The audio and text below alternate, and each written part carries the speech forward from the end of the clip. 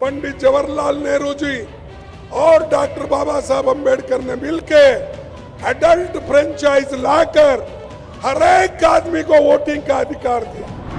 संविधान है तो आपको रिजर्वेशन है। तो तानाशाही का समर्थन करते हैं उनको इस देश से निकाल के फेंकना पड़ेगा। 400 पार की जो बात करते हैं, ये 400 होने वाला नहीं है। पहले हम एक होने का सीखो, एक दूसरे को तोड़ने का मत सोचो। ये इंडिया गठबंधन जो बना देश के रक्षा के लिए, लोगों के रक्षा के लिए। जय हिंद। हमारा लिस्ट तो फाइनल हो रहा है, लेकिन हम जो चुनाव करना चाहते हैं वो निष्पक्ष चुनाव नहीं हो रहा। और मेरे खाते में, मेरे पार्टी के खाते में जो पैसे थे वो पहले ही चोरी हो गए हैं। और खास करके मुझ पे जो पेनल्टी लगाई है वो 3,567 करोड़ का, 3,567 करोड़ की पेनल्टी मुझ पे लगाई है। 14 लाख का हिसाब हमने नहीं दिया, इसीलिए उन्होंने 135 करोड़ का जुर्म लगाया। ऐसा इंटरेस्ट पे इंटरेस्ट, इंटरेस्ट पे इंटरेस्ट करके आज 3,667 रुपए कर दिया, ताकि जैसा राहुल जी ने कहा हम प्रचार न कर सके, कहीं भी जा नहीं सके, कहीं जाना नहीं, किसी को मिलना नहीं, हमारे कार्यकर्ताओं को कोने कोने में भेजना नहीं। ये तरीका मोदी जी ने अपनाया है और डेमोक्रेसी को एक एक करके हमारे संस्थाओं को वो खराब कर रहे हैं, उसका ऐसा गैर इस्तेमाल कर रहे हैं। चाहे वो ईडी हो, चाहे वो सीबीआई हो, चाहे वो सीवीसी हो, चाहे वो सीबीआई हो, इन संस्थाओं का दुरुपयोग करके एक एक नेता को डरा रहे हैं, यहां तक कि पार्टी के लोगों को भी डरा रहे हैं। और ये कह रहे हैं अगर आप कांग्रेस के साथ वो गठबंधन में जाएंगे तो आपको क्या जेल चाहिए, क्या आपको गठबंधन चाहिए? यह मैं दावे के साथ कहता हूं, किन किन नेताओं को उन्होंने डराया।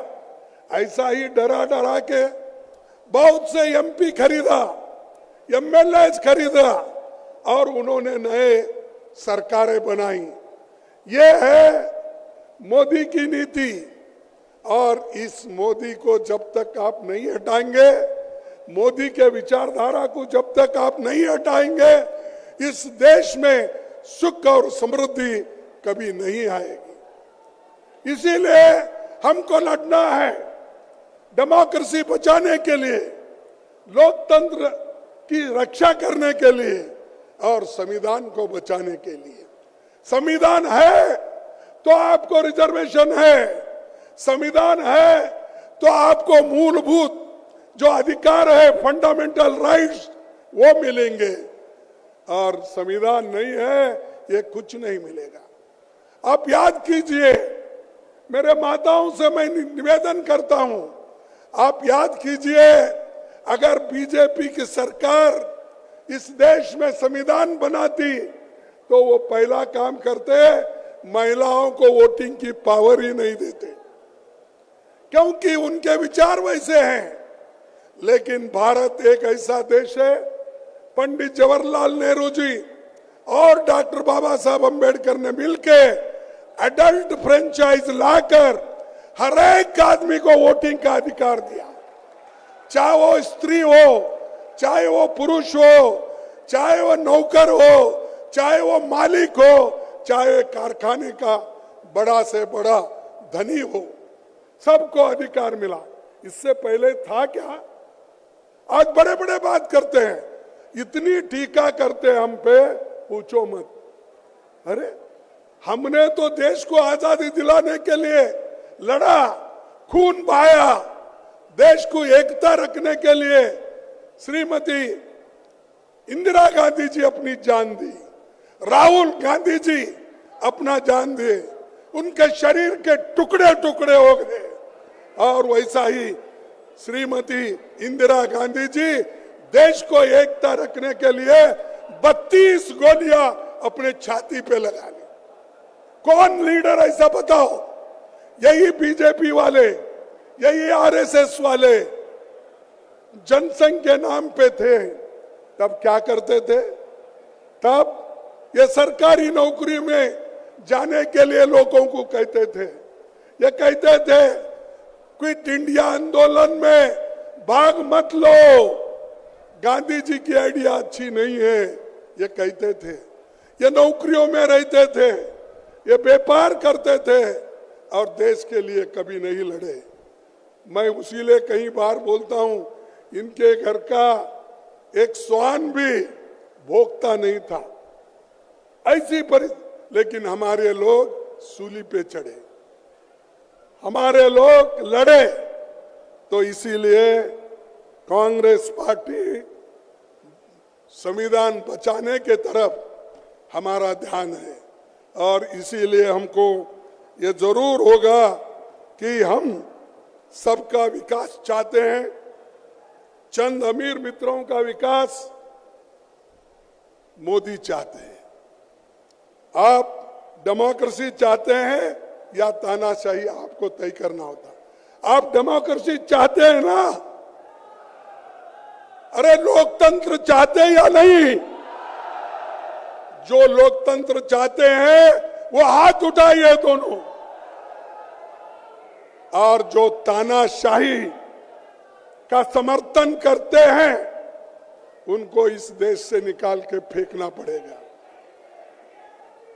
ये लोग आज, ये तो देखिए, ये बीजेपी खास करके ये एक पॉइजन के जैसा है, आरएसएस ये पॉइजन के जैसा है। अगर आप चाहते हैं चलो भाई इसको भी हम देख लेंगे थोड़ा चाट के, क्या बोलते हैं आपके इसमें मुझे मालूम नहीं, चाट के, तो चाट के अगर विष को देखेंगे तो भी मरेंगे, विष पिएंगे तो भी मरेंगे। तो वैसा चाट के एक बार देखने के लिए मत जाओ, और एक बार देखे हैं तो मोदी देश को खराब करता है। युवाओं को कोई नौकरी नहीं है, महंगाई बढ़ रही है। इसीलिए मैं एक बात आपके सामने रखना चाहता हूं, और इसमें तो मशहूर हमारे जो पंजाब के चीफ मिनिस्टर गए शायद यहां से, ये वक्त नहीं, ये वक्त नहीं, एक मुकदमा है। ये वक्त नहीं, एक मुकदमा है। या तो गवाही दो या गूंगे हो जाओ, या गवाही दे दो या गूंगे हो जाओ, हमेशा हमेशा के लिए। ये उनका कहना है, या हमारे पास आओ गवाही दो या नहीं तो गूंगे हो जाओ। इसीलिए आज केजरीवाल जी को, आज हेमंत सोरेन जी को अंदर डाल दिया। क्या ऐसा गुनाह था भाई? आप बाद में भी कर सकते थे, उनको बुला के पूछताछ करने के बाद में सजा देते। इलेक्शन के वक्त नोटिफिकेशन हो रहा है, आप उनके ऊपर केस करके अंदर डालते हो। और हेमंत को भी उसी वक्त उसके ऊपर उनका यही कसूर था कि वो गठबंधन के साथ चलना चाहते थे। उनको बुलाया गया, पूछा गया, तब उन्होंने कहा मैं कांग्रेस के साथ रहूंगा, गठबंधन के साथ रहूंगा, मैं आप कितना भी मेरे ऊपर प्रेशर करो, मैं झुकने वाला नहीं है, ये हेमंत ने कहा था। तो इसीलिए मोदी जी ने केस बनाया और उनको अंदर डाला। क्या यह लेवल प्लेइंग ग्राउंड है? क्या यह मैदान है? जैसा मैं राहुल जी का क्रिकेट का जिक्र किए थे, साहब क्रिकेट तो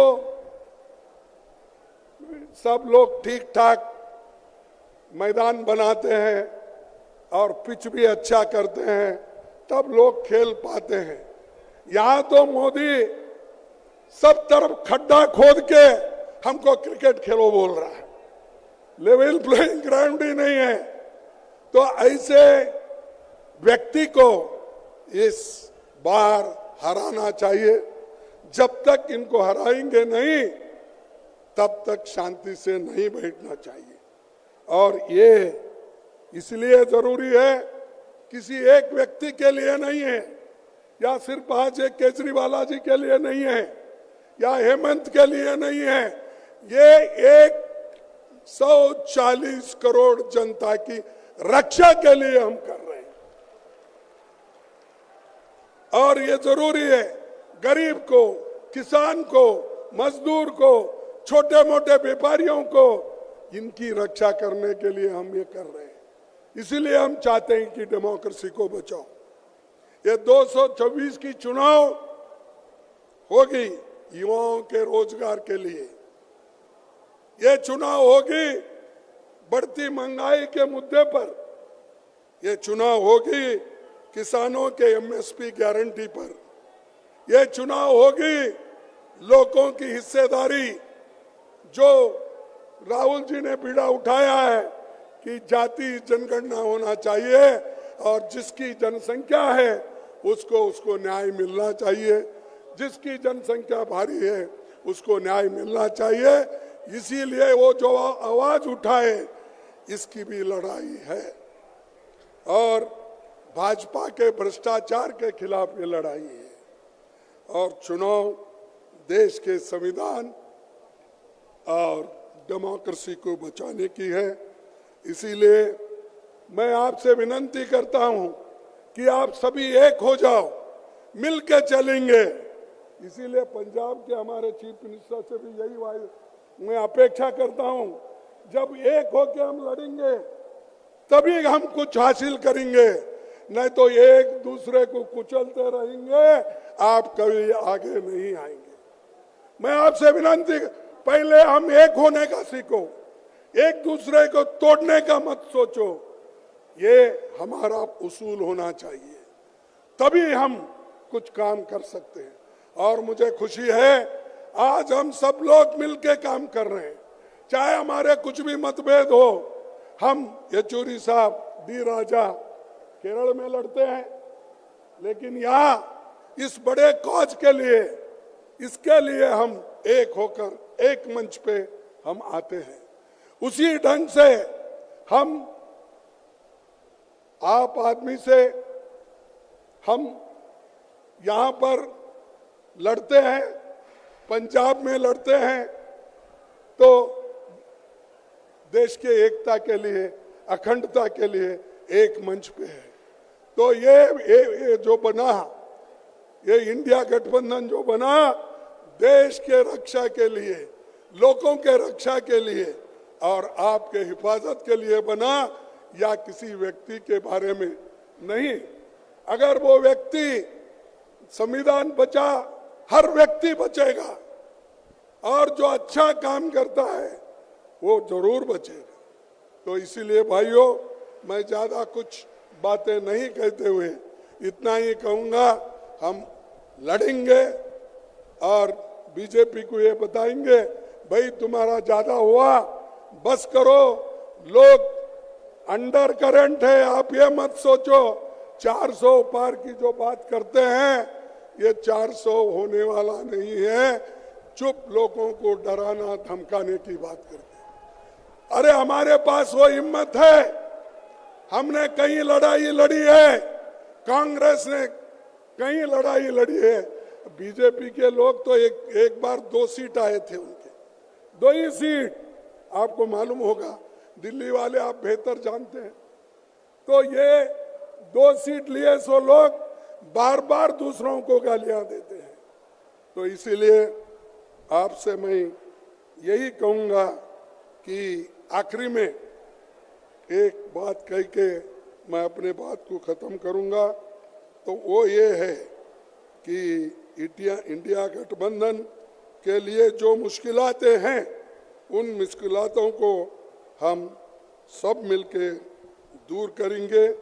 और मोदी का क्या है, कोर्ट भी उसके पास है, पुलिस भी उसके पास है, सभी कुछ उसके पास है। और इसीलिए मैं एक शायर ने लिखा है, अपील भी तुम हो, दलील भी तुम, अपील भी तुम, दलील भी तुम, गवाह भी तुम, वकील भी तुम, गवाह भी तुम, वकील भी तुम, जिसे भी चाहो हराम कह दो, जिसे भी चाहो हराम कह दो, जिसे भी चाहो हलाल कर दो, जिसे भी चाहो हलाल कर दो। सब उनका, वकील उनका, कोर्ट उनका, पुलिस उनकी, सब कुछ उनकी। तो ऐसे में डेमोक्रेसी को टिकाना आप में जो जोश आना चाहिए और जोश के साथ हम लड़ते रहेंगे। मैं कहूंगा जय हिंद, जय हिंद। क्या यारो उधर के पीछे के लोग बोल रहे हैं, आपको नहीं होना जय हिंद? जय हिंद, जय हिंद, जय हिंद। सबको धन्यवाद, नमस्कार। साथियों, अब मैं